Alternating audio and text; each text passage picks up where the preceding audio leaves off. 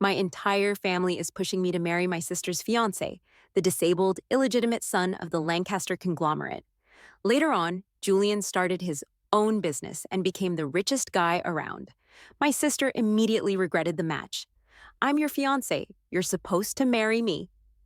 In my past life, Julian did marry her, but he met a tragic end. But now, both Julian and I have been reincarnated. Sitting at the vanity, I let the makeup artist apply my makeup. Today I was summoned early to get dressed and made up, simply because it was my wedding day with Julian. The door squeaked open, and Ava strutted in, her high heels clicking on the floor. She looked down her nose and mocked me. Maya, you're finally tying the knot with Julian. You happy now? I just glanced up at her coldly. Oh, I'm super happy. As long as you don't regret it later. Hearing this, Ava laughed heartily, clutching her stomach. Regret? Maya, are you trippin'? Why would I regret ditching that cripple? Without that baggage, my life can only get better. A month ago, Julian was still Ava's fiancé. The Lancaster family and the Whitaker family had arranged marriages since childhood, with the eldest son and daughter destined to wed.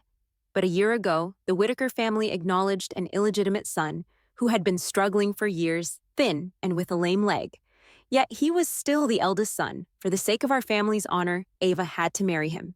Upon hearing this, Ava cried and threw tantrums for days, making my parents, who adored her, very troubled. They couldn't bear to see her step into such a miserable marriage. Thus they turned their attention to me, bringing me back from the countryside to marry Julian in her stead. In my previous life, Julian married Ava, but just as his career was booming, she betrayed him. She leaked confidential information to his half-brother, leading to his downfall and tragic death. But in this life, for some reason, Ava persuaded the Whitaker family to let me marry Julian instead. I smirked at Ava, raising my eyebrows. Don't get too happy, sis. The ending ain't set in stone yet. After saying that, I turned and left the dressing room. The ending wasn't set because I had been reborn. As the Whitaker family's servants pushed Julian in his wheelchair into the hall, the guests sighed. I glanced at the man through the crowd. His face was paler and thinner than a year ago, but still frail-looking. Only I knew this man would later become the most powerful figure in Metro City. At the wedding in the previous life, Ava cried incessantly, but this time, I calmly completed my vows. Julian and I, amidst the crowd's curious and mocking gazes, finished this somewhat mismatched wedding. I became Mrs. Julian after marriage. Julian obviously couldn't continue living in the Whitaker family mansion. We moved into our new house together. Back home, Julian slowly stood up from his wheelchair, limping towards me. I stepped forward to help him, but was pushed away. Cold indifference filled his eyes. I don't need your pity. I froze for a moment, then understood. Julian had suffered hardship from a young age, and even after returning to the Whitaker family, he endured endless mockery from his brother Lucas and Mrs. Whitaker. Under such circumstances, he naturally grew sensitive and fragile. Ignoring his resistance, I helped him to the sofa. Since we're married, we're one family now. No need to reject my help. Surprised by my words, a certain warmth flickered in his eyes, making them softer. Satisfied, I smiled. Anyone who suffered so much would be deeply touched by their first taste of kindness. Since I decided to be a good Mrs. Julian and use his power to take down the family that used me, the Lancaster family, I had to win Julian over. The next day, Julian and I visited the Whitaker family mansion to see his parents. The Whitakers were even more prestigious than the Lancasters. If it weren't for the arranged marriage from years ago, the Lancaster family wouldn't have been able to reach their level. Mr. Whitaker greeted us warmly, inviting us to sit and chat. He felt he owed Julian and always wanted to make up for it. In the previous life, during Julian's struggle with Lucas, Mr. Whitaker supported Julian. Unfortunately, Lucas's maternal family was powerful, and they held key information, allowing Lucas to narrowly win and utterly destroy Julian. Mrs. Whitaker, however, was clearly displeased with our visit. Covering her nose, she coughed dramatically. If the sick person stayed home and recuperated, it wouldn't matter, but spreading your germs and bad luck to others is unacceptable. My Lucas can't handle that kind of crap. Lucas glanced provocatively at Julian.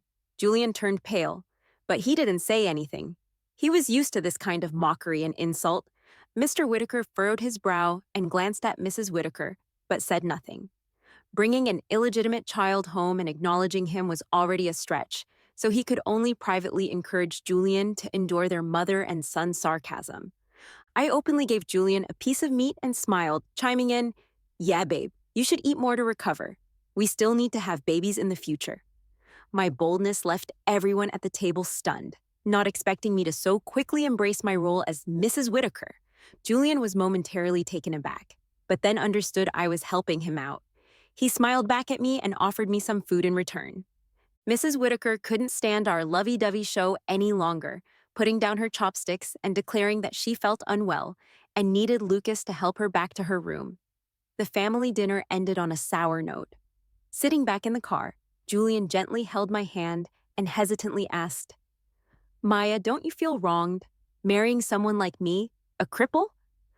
I squeezed his hand tightly and affirmed, "How could I? It's just a physical flaw, while some people with huge inner deficiencies can still enjoy wealth and luxury. Why shouldn't you deserve the same?" I thought of my tragic past life, my eyes darkening. I vowed to help Julian change his fate this time, to support his career, and to make those who look down on us regret it, ensuring those who harmed us paid the price. Peace didn't last long before Ava came looking for me.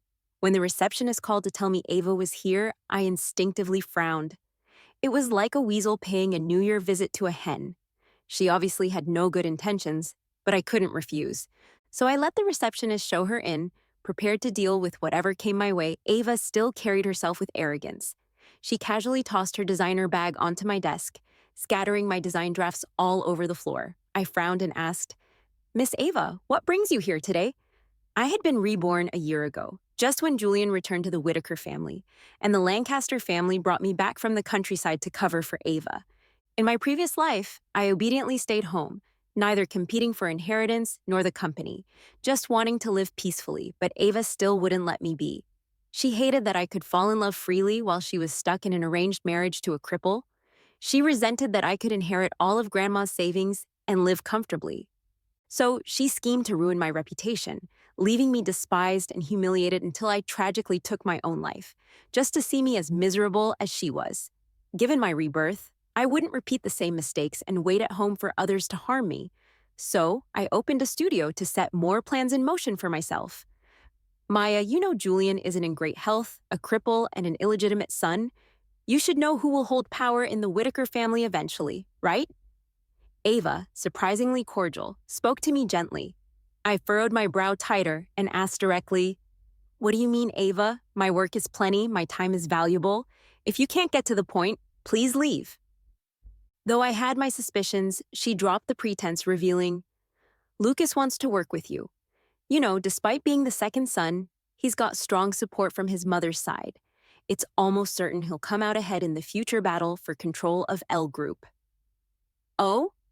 I raised an eyebrow, leaned back, and asked, "Why would Lucas want to work with me then?" Despite lacking maternal support, it's clear Mr. Whitaker dotes on Julian. Ava, irritated, retorted, "No matter how much Mr. Whitaker dotes on him, he wouldn't hand everything to a bastard. And look at him, all skin and bones. He won't live long anyway. I'm pitying you, thinking of you as my sister, not wanting you to end up a lonely widow, giving you this opportunity." Ha, like anyone would believe Ava actually cared about me. "So what do you want?" I finally asked. Relieved, Ava regained her smug demeanor. "You don't have to do much. Just keep an eye on Julian and report any company secrets. When necessary, help Lucas tamper with or steal documents." I couldn't help but laugh. "Do you realize what you're suggesting is illegal, and you're brazenly saying it here?" Ava froze, realizing she was tricked. Before she could speak, I interrupted. "Forget it. Julian and I have a loving marriage. There's no chance for you to exploit. I'll also inform Julian about your plans." "Thanks for the warning," enraged Ava shouted, her face turning red. "Maya, don't be disrespectful. You'll regret this. We'll see who regrets it." I looked her straight in the eyes, unafraid. "Assistant, call security to escort Miss Ava out." I coldly ordered through the intercom. Fuming, Ava stomped out of my office. Watching her walk away, my muscles relaxed. memories of past life torments she inflicted on me still fresh, even now. Seeing her made my body tense up. In my past life, I willingly joined forces with Lucas. But in this life, even though I didn't marry Julian, Ava still came to try and persuade me to be their informant. It's understandable, though. Growing up, everyone told Ava that her future husband would be Lucas, the young master of the Whitaker family. She's had a crush on him since she was young, and despite his constant affairs, she's deeply in love with him. In my previous life, she risked jail time to help Lucas seize the family assets. But I'm not like Ava. I'm not so easily manipulated. The most important thing is, Lucas has often helped Ava commit her wrongdoings. They are all on the same boat, and they are my enemies, the people I seek revenge on. When I got home, I hesitated for a moment but decided to tell Julian. Ava came to the office today. Julian seemed surprised that I would tell him this. She said Lucas wants to collaborate with me, but I refused him. I told Julian everything honestly, but you still need to be careful of the people around you, especially those who have access to confidential files in the company. In my past life, Ava could steal confidential documents from the company so easily because there had to be accomplices inside the company. After hearing what I said, Julian's face turned serious. He seemed surprised that I refused Lucas and asked, "Why did you refuse him? His offer must have been very tempting." I was stunned that he would ask this question. I thought for a moment, anger welling up inside me. I said to Julian, "Because I love you, I'm your wife. Since we're in this together, I won't abandon you. Why don't you trust me? Or do you not believe someone can love you unconditionally?" I looked at Julian's pale, sickly face and felt a sudden sadness. This insecure man finally opened his heart to his wife in our past life, only to be betrayed by the one he loved most. Julian stared at me for a very long time, his lips trembling, then suddenly pulled me into a tight hug, as if trying to merge us into one. "Maya, please don't betray me. You're all I have left." During the new year, Julian and I had to go back to the Whitaker family mansion for dinner. I squeezed Julian's hand to comfort him. He looked up and gave me a small smile. Over the past few months, our relationship had slowly warmed up, and he finally began to open up to me. Mrs. Whitaker and Lucas still treated us with disdain, just like they did 6 months ago. Lucas's eyes showed even more hostility, likely because he hadn't expected me to refuse his offer. But he hadn't given up. When I came out of the restroom, a shadow grabbed me forcefully and dragged me back inside. I struggled in the darkness. Dim light from outside revealed it was Lucas. In the darkness, with the man's heavy breathing and my restrained body, I couldn't help but recall the cold night in my past life, when I was framed by Ava and raped by a criminal. Luckily, it was winter, and I was dressed warmly. Lucas pinned me against the sink, holding me tight, breathing into my ear. "Maya, I'll give you another chance. Join me. It's much better than staying with that cripple." His voice was close, and he cruelly touched my ear, making me shiver. "No, I won't." I mustered all my strength to refuse, tears welling up uncontrollably. "Oh, why? Don't tell me you've really fallen for that cripple. Can he satisfy you? If you come with me, I won't treat you badly. And now you have no other choice." He started trying to remove my clothes, and I couldn't help but scream, but Lucas covered my mouth tightly. My strength was fading, and just when I was about to lose hope, the bathroom door was forcefully opened. I saw Julian stumble in. Seeing someone enter, Lucas relaxed his grip. I pushed him away and ran into Julian's arms, finally breaking into tears from the fear and grievance. Julian hugged me tightly, gently patting my back to comfort me. Lucas raised his eyebrows at the scene, loosened his tie, and then behind Julian came the frantic footsteps of Mr. and Mrs. Whitaker. But Lucas didn't panic. He casually waited for them to enter and see the scene. Mr. Whitaker was so furious that his cane almost wobbled out of his hand. He pointed at Lucas and was about to speak, but Lucas was faster. "Dad, she seduced me. She waited for me outside the restroom, and when she saw me, she jumped on me and pulled me inside. She said she preferred me, that my brother couldn't satisfy her, and that he wasn't as good as me." He deliberately dragged out his words, provocatively looking at Julian. I looked up at Julian, whose already pale face turned even whiter. I desperately wanted to explain to him. I didn't. It wasn't me. I know. I believe you.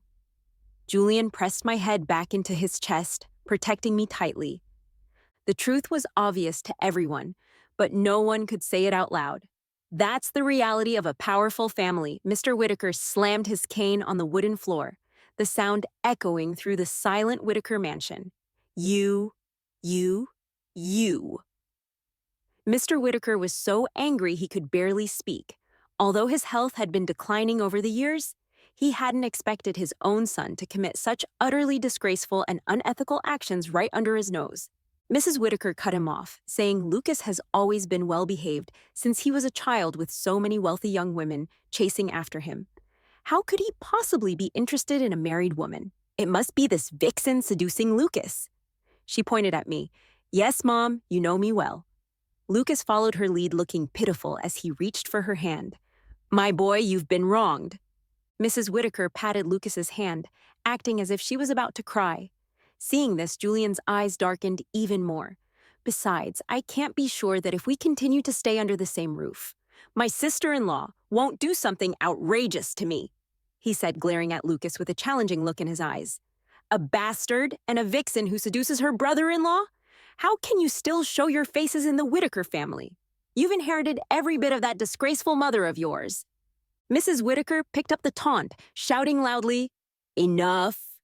Mr. Whitaker banged his cane, his body shaking as if he was about to faint from anger. Julian let go of me and turned to support Mr. Whitaker. When he turned back, his gaze was icy as he regarded Lucas and his mother. I will leave the Whitaker family and start my own business. I won't fight you for the L group, Julian said coldly, leaving everyone stunned. Lucas and his mother never expected Julian to leave the Whitaker family so willingly. I was also frozen in place. In my past life, Julian left the Whitaker family and started his own business. But it was 3 years later. What had happened to change everyone's actions so swiftly? Could my rebirth have triggered a butterfly effect? But I hadn't done anything at all. After leaving the mansion, my relationship with Julian deepened. In critical moments, I could see his concern for me. He noticed both Lucas and I were missing from the banquet, and feeling something was wrong, rushed to rescue me without even bothering to grab his cane or wheelchair. Once Julian left the Whitaker family and started his own business, I could easily see he felt more relaxed, possibly because he no longer had to endure the constant jabs and pressure from Lucas and his mother. With Mr. Whitaker's help, Julian's company was successfully established and began to operate smoothly. In less than 2 years, Julian had made a name for himself in Metro City.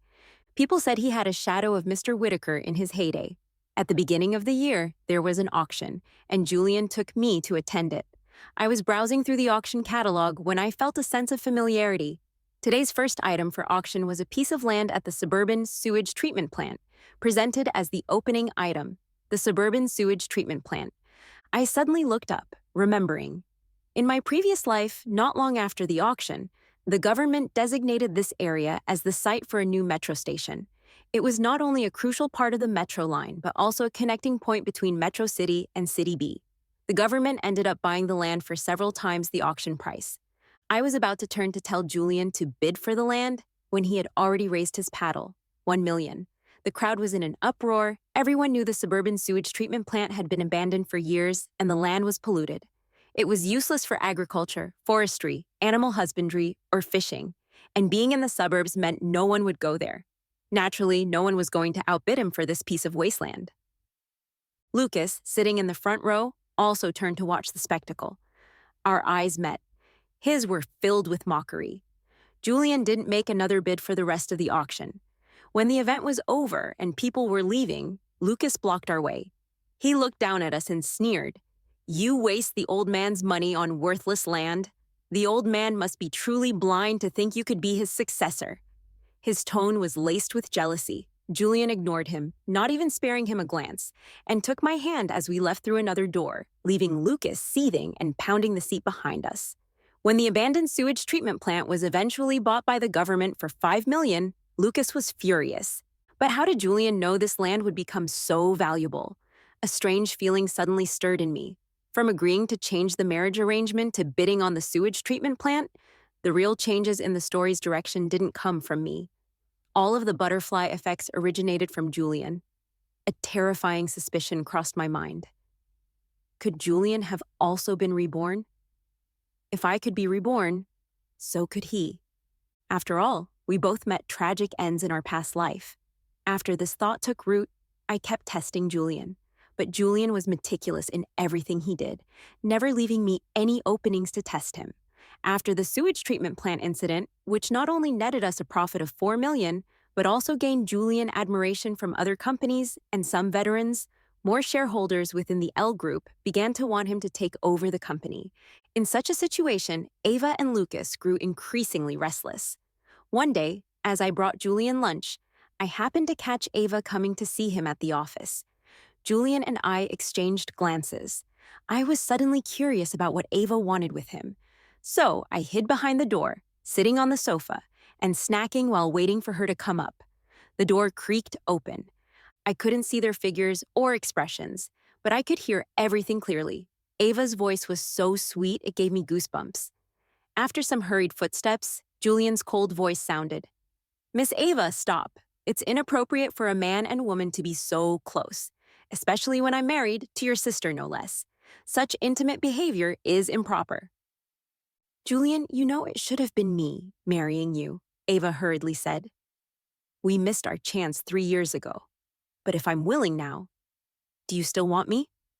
As she spoke, she tried to lean against Julian, forcing him to take a few steps back. It was honestly unexpected, yet somehow logical, that Ava would extend an olive branch to Julian. In this lifetime, Ava didn't marry Julian, but Lucas also didn't want to marry her.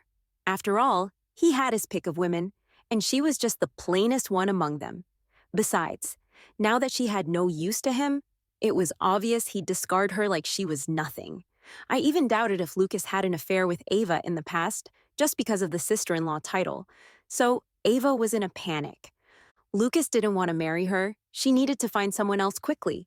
It's been 3 years, she's older now, and even though Lucas never publicly acknowledged her, everyone in the elite circle knew about their affair. Who would want a used-up woman?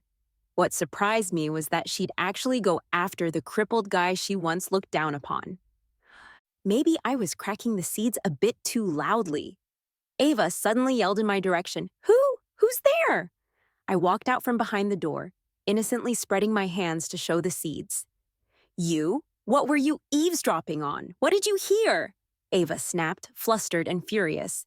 "Oh, I was just sitting there listening," I said, nonchalantly seating myself in Julian's office chair, looking every bit the queen. "I heard you want to be Julian's concubine." "Is that right, or mistress concubine? Don't insult me, Maya." Ava, enraged, tried to hit me, but Julian pushed her back steadily. "Oh, did I get it wrong? You just want to share a husband with a sister, right?" "That's a concubine in ancient times," I said. "But Julian can't decide that. I make the decisions in our house," I continued while lounging in the chair. Julian smiled indulgently at me and didn't argue. "You should ask me. After all, in ancient times, the main wife oversaw taking concubines." I looked at her challengingly. Ava, knowing she had no standing, stormed out of Julian's office, slamming the door in frustration. "Did I say something wrong, babe?" I asked Julian, batting my eyelashes. Julian patted my head tenderly and said, "Whatever my wife says is right." Then he added, "But your husband here won't take any concubines." Meanwhile, Lucas was even more desperate than Ava. Over the past 2 years, Mr. Whitaker's health had deteriorated, and most company affairs were managed by Lucas. But like in the past, he could barely maintain the status quo and was even showing signs of decline. Under such circumstances, shareholders demanded Julian return and take over, replacing Lucas. Although Julian left the Whitaker family to start his own business, after being recognized, he still had equal inheritance rights as Lucas. Legally, he was still qualified to compete for the company. So, Lucas panicked. Julian and I were woken up by an urgent phone call from Lucas. We exchanged worried glances. As expected, Lucas's anxious voice came through the receiver, stark against the quiet night. "Dad's not going to make it. He wants to see you one last time. Come home quickly." We hurriedly got dressed and drove to the Whitaker family estate. Mr. Whitaker had a few more years in the previous life, but due to a series of butterfly effects, almost everything had been accelerated in this world. His critical condition was anticipated. The Whitaker family estate was brightly lit and bustling with people, the entire atmosphere tense. Julian held my hand tightly as we walked in. I could feel his palms sweating. Mr. Whitaker wasn't a good father or husband, but we saw his guilt and efforts to make amends towards Julian over the years. Despite any resentment Julian might have felt, facing his father's end brought complicated feelings. We were stopped at the door and waited for a long time before Lucas came out. He let Julian in but blocked me. "This is a family matter, Miss Ava. You shouldn't hear Mr. Whitaker's final words." I pressed my lips together, saying nothing, and anxiously waited outside. As time passed without movement, Julian still didn't come out. I grew worried, fearing something had happened to him, but couldn't rush in to check. "Worried about your husband, sis?" Lucas's now calm voice came from behind me. The urgency from earlier was gone. I glared at him, ignoring his taunt. He wasn't annoyed, just smiled and continued. "3 years ago, you turned me down here. I wonder if you'll regret it after tonight." A chill ran down my spine, sensing something was amiss. Just then, a familiar figure whispered something to Lucas. The man wore a bent baseball cap that obscured his face, but his build and profile seemed familiar. At that moment, a few police officers suddenly barged in, showed their badges, and said, "We're from the police department. We received a tip that Mr. Julian is involved in tax evasion and money laundering. There's substantial evidence. Mr. Julian needs to come with us for investigation." I was stunned, instinctively looking at Lucas. He shrugged, but the triumph was clear in his eyes. "Officer, someone's framing him. He's law-abiding. He'd never do such things." I pleaded, but it was in vain. No one listened to my desperate explanation. I was extremely anxious, but I could only watch helplessly as the police broke in and took Julian away. Mr. Whitaker was also shocked by this scene. His breathing became more rapid, and he passed away completely in the middle of the night. This farcical night finally came to an end at dawn. Everyone left the Whitaker family estate, and the news of Julian being arrested quickly spread throughout the city. Many opportunists quickly turned to Lucas, and Julian's company's stock prices plummeted. It was only then that I suddenly remembered who that familiar figure belonged to. Elena, a core member of Julian's team, had been with him since the company was founded. I had seen her at the company a few times, and she always warmly called me sister-in-law. I never doubted her, but she was at the Whitaker family last night. I could almost immediately confirm she was Lucas's man. The evidence provided by the police was also from her. I staggered back home, feeling lost, and suddenly noticed something unusual at the entrance. Julian and I both had OCD, and the house was always meticulously organized in our fixed order. But today the placement of the slippers at the entrance had changed. This wasn't like that when we left last night. Sensing something, I rushed to Julian's study. All the confidential documents related to his work were gone. There's no way this was just a simple burglary, especially at such a specific time last night. I quickly called the police and also asked the property management to check last night's surveillance footage. The investigation result came out quickly. Ava was caught in the interrogation room. I harshly questioned Ava on how she dared to use such a low-level theft method. She was bound to be caught in no time. "So what?"